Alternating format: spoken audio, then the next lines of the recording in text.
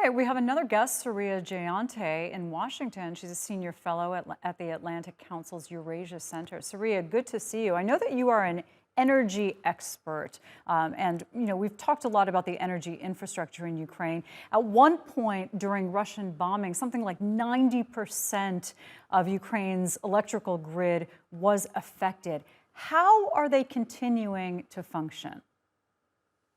So Ukraine is facing an astonishing onslaught from Russia. Russia, having failed to secure any important military victories, has taken the alternative approach of completely destroying Ukraine's electricity situation.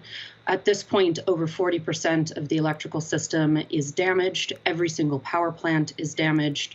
And the crews are working around the clock to try to keep electricity, which is important in Ukraine, not just because it keeps the lights on and the telecommunications running and supply channels to the troops on the front line, but also because a lot of Ukraine's electricity plants are also combined with heating plants, and it is very cold there during the winter. So a lot of people in Ukraine right now are looking at rolling blackouts, sometimes lasting days on end, because there is a shortage of electricity running about 27 to 30%. Also, one thing that Ukraine's President Zelensky has asked allies for are parts for the electrical grid, things like transformers, but those things have also been slow to land there. Why is that? You would think, not being weaponry, that would be one of the first things that could help the situation. So yes, almost every single Ukrainian electrical substation has been hit either by a drone or by a rocket of some kind. And replacing the transformers that are necessary to keep the system functioning is extremely expensive and also very difficult. The largest of those transformers, high power transformers that step down or step up the voltage of electricity as it moves through the electrical grid, are several $1 million each new and are custom made. They weigh several hundred tons and they're custom ordered. So it's been very difficult for Ukraine to get replacement supplies with which to repair the grid. Also because some of the hardware around the world is incompatible with Ukraine's old Soviet technology. And so although some of the Baltic states have managed to send some auto transformers over, for the most part, the rest of the world has failed thus far to help Ukraine with replacement electrical equipment with respect to the large auto transformers, which are the most important component.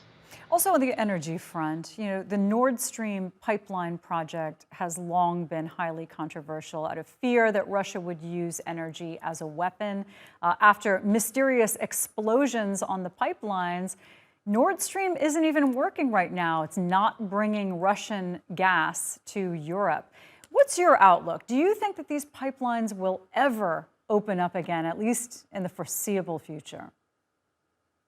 In the foreseeable future, no.